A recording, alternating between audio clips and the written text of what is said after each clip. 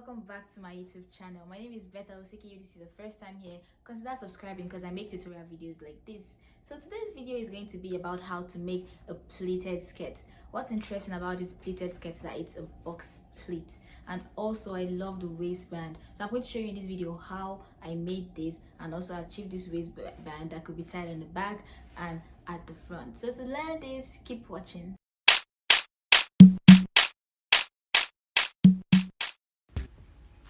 So this is the fabric I'll be using for this project. So it's definitely too much fabric I have there. So what I'm going to do now is I'm going to cut out how much I need.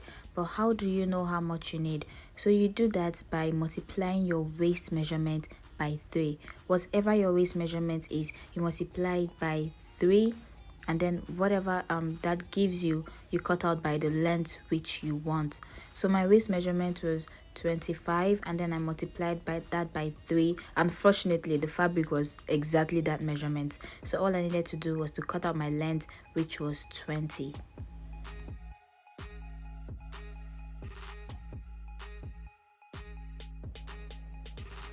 So the next thing we do now is to measure out where our pleat will lie. First of all, we start by measuring out 2 inches for allowance for the zipper, and then from there we measure 4 inches.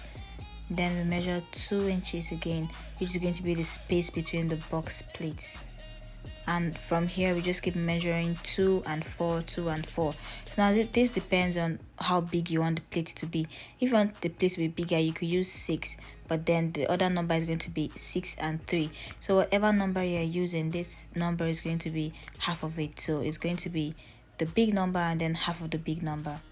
So in this case, I'm using 2 and 4. So I'm just going to mark that all through the top of the waist and show you the next thing to do. Now this is just a close-up view of my markings. You can see I have 2, then 4, then 2 inches, then 4 inches. So it's that way all across the width of the skirt, and this is going to be our waistline. So the next thing to do now is I'm going to pin 2 of those points together. So basically what I'm doing is taking the 4-inch mark and closing it up to like so, and then pinning it. So taking the widest one, closing it up like so, and pinning it is what I'm essentially doing, and I'm going to do this across the whole width of the skirts.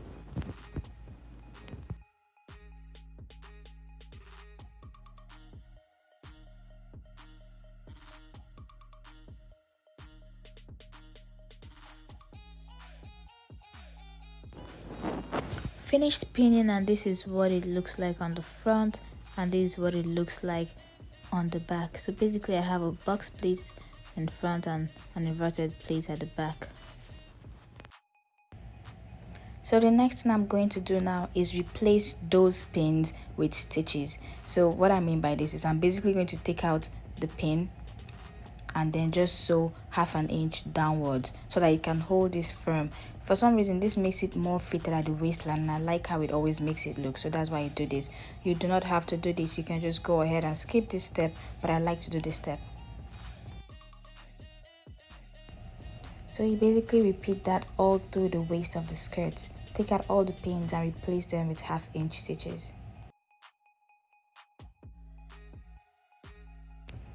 So this is what it looks like after you've done all the stitches and taken out the pins. That's what the back looks like, and this is what the front looks like. So now the next thing we're going to do is take this back to our sewing machine and open up the fins. The easiest way to do this is just to find the middle point of the fin and push it down to meet the stitch, like what I'm doing here, and then just sew a straight line across that, and then basically just keep repeating that. Again, you find the middle part of the fin and then just push it down to meet the stitch line.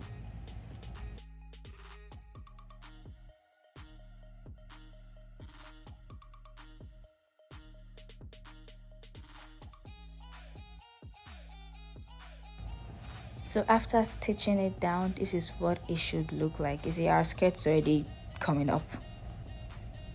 So now I'm just going to take this to my ironing board and press down the pleats.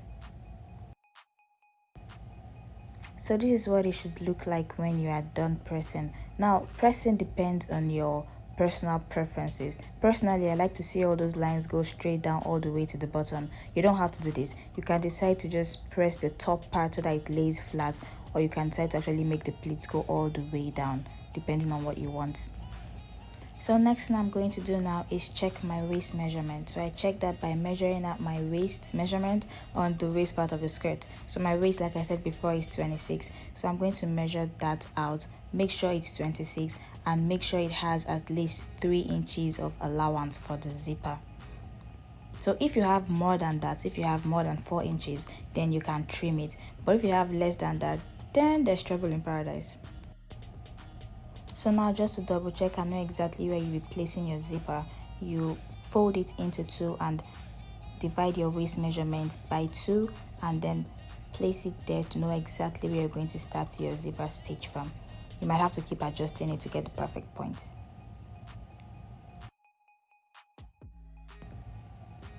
So now make sure not to lose that point.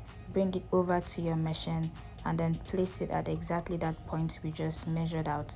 And then from there we'll be sewing a straight line all the way down to the end. But then when we get to 8 inches, we're going to double stitch or reverse stitch so that it's strong, because we're going to end up loosening the first part. I do this just because I don't want to iron, so I just do this instead to know exactly where I'm placing my zipper. So again, you sew all the way, and then when you get down to your 8-inch mark, you reverse stitch, make sure the stitch is firm there, and then sew the rest all the way to the end.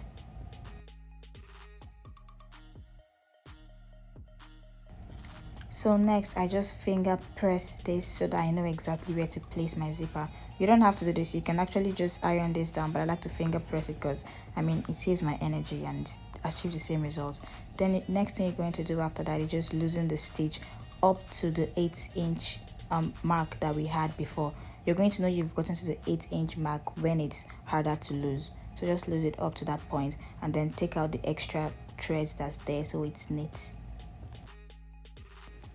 To cut out my waistband, I first fold my fabric into 2, and then I divide my waist measurement by 2 and then add some allowance to it. My waist measurement ended up being 13, but I added about 6 inches allowance to it because I rather have too much than not have enough.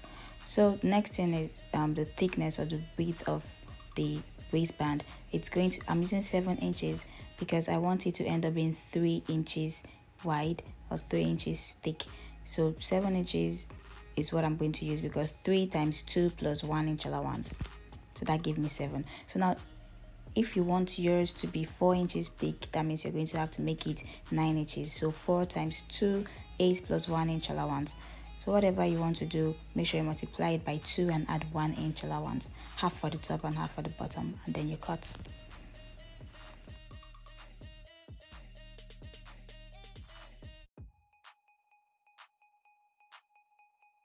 So this is our waistband now. So if you fold it like this, you can see how thick it's going to be. So next thing we're going to do now is to fold this. You don't really need a particular measurement for this, but if you want to be extra and do a particular measurement, then you can go ahead and do that. But next thing I'm going to do is just fold this like this at any point. So I'm going to assume this is going to be towards the back a bit, and then I'm just going to cut it. Make sure it's straight, and then cut it off like so. I'm going to stitch it back together and you're going to see why I did this.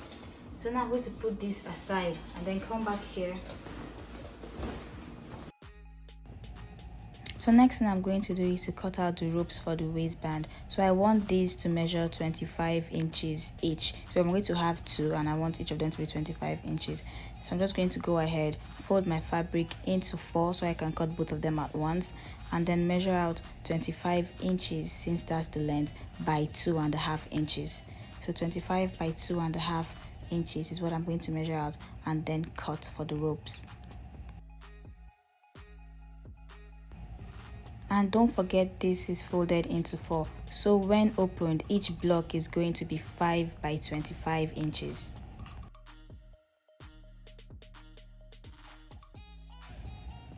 So you should have a total of 5 pieces for your waistband. Yeah, that's a lot for waistband, but you should have a total of 5 pieces. Coming back to my sewing machine, first thing I'm going to do is to sew each of the ropes. So I'm just going to fold it into 2 like so, and then fold like a slanted stitch down, then turn and sew a straight line down to the end of this. I do that slanted stitch because most times in dresses, if you notice, the rope doesn't have like a squared shape. It has this V-like shape at the tip, so that's why I did a slanted stitch. So I'm going to repeat this on the second rope, sew the slanted stitch and sew straight down.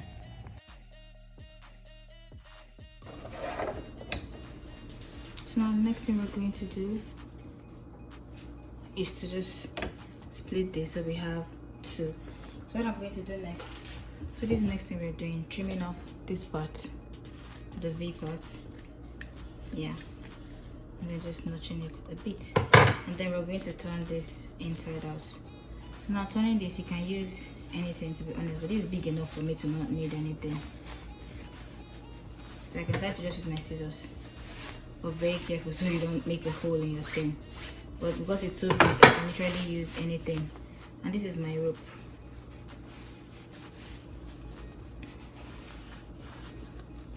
So yeah, do the same thing for the second one. Yep, like so. So next you can decide to go iron this or not. Like me, I don't usually like ironing because 1, to save energy, and 2, I can do that when I'm done sewing everything. So I'm just going to press this with the side of my table.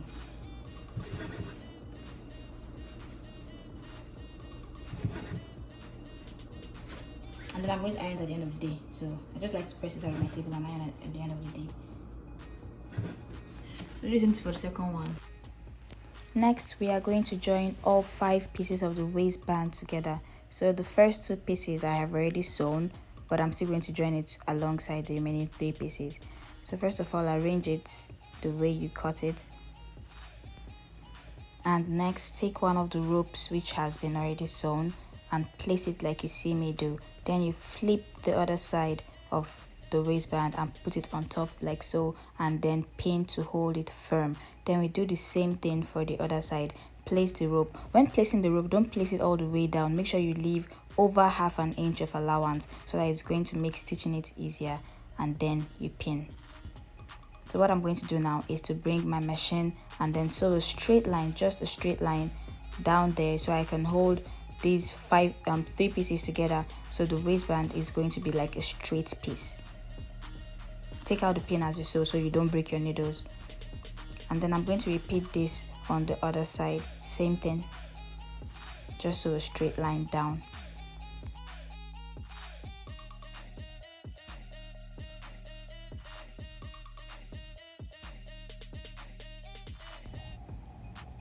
So this is what it should look like after you've put all 5 pieces together. I guess this explains every step that I've taken thus far. So I'm just going to finger press the seams open so that it's balanced. Now this is our waistband, and this is our waistband, and this is our skirt. I'm just going to take the waistband like so. Place it. Remember, I notched the middle part. So this is the notch. Look for the middle notch of the skirt too. This is the middle notch of the skirt. I'm just going to place it like this.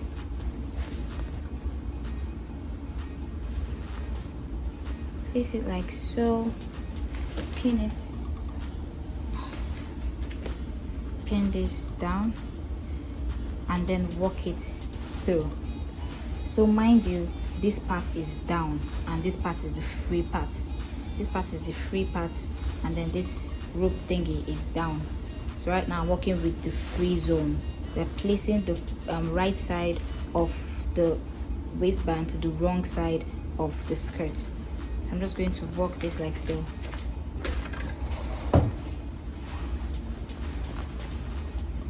So next thing is I'm working this like so, all the way here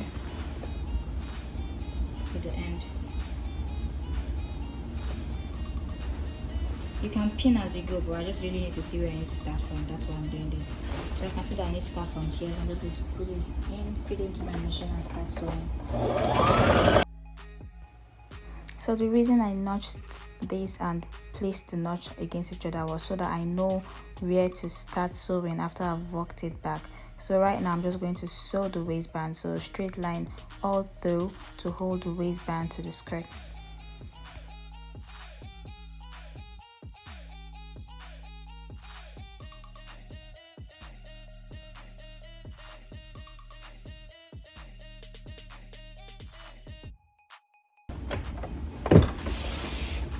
So at this point, this is what it should look like. The wrong side should be facing. If the wrong side is not facing now, that means you've done something wrong. So next what we're going to do is we have to cover this. So we're just going to bring this top part like so, bend it over an inch, and then place it over it like this. So this is how thick my waistband is going to be. Oh, that's actually very thick. I'm just going to add this a little bit, and then cover it over here because that's where the notch is, and then pin. I just like to do this so that my this thing doesn't shift, because waistbands have a way of messing you up and they shift. So now again I'm just going to work it here.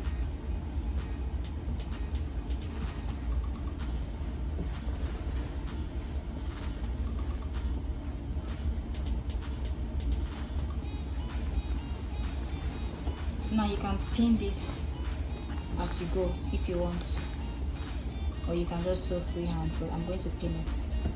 So from there to there, then from here to here, pin,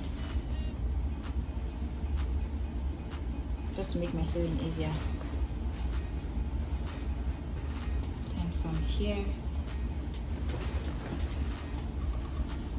to here.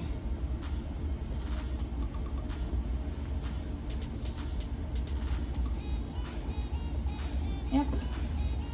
So that's all I'll need. I don't really need to pin that part because I'm going to start sewing right there. Yeah. So now I sew.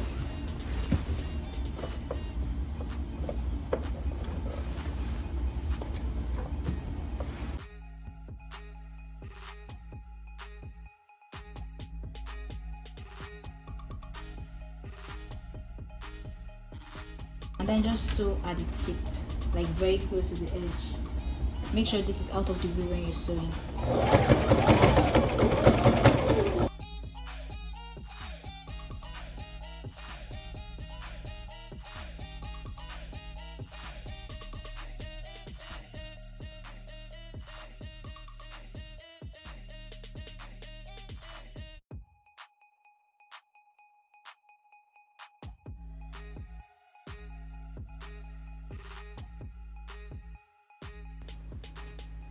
So after sewing the waistband, the next thing I do is to trim off the excess. So you see why I said it's better to have excess than less, because you can always trim it off at the end. So trim off the excess at both sides, and then we're going to fix the zipper. If you've watched my previous videos, I'll be fixing this zipper using a different method. So I'm going to fix the zipper as though I was fixing an invisible zipper. So I'm going to place it upside down like you see me do, and then I'm going to adjust my needle so it's closer to the left side of the machine, so it's closer to the teeth of the zipper, and then I'm going to just sew like so.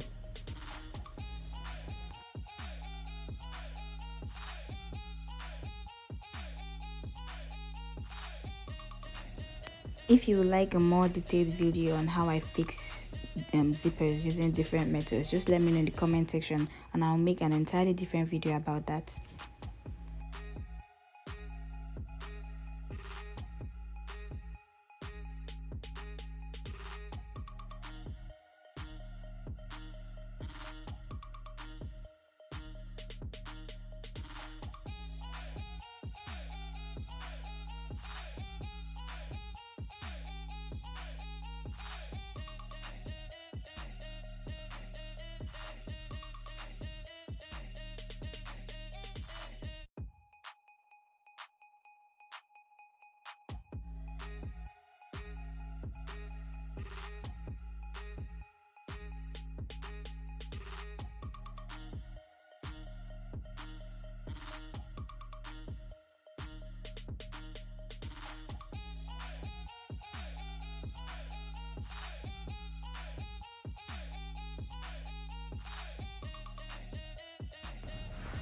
So this is what the zipper looks like. It's a visible invisible zipper. So I fixed it like it was an invisible zipper, but then since it's not an invisible zipper, it's visible. I usually like fixing my zippers like this because it gives it this different look.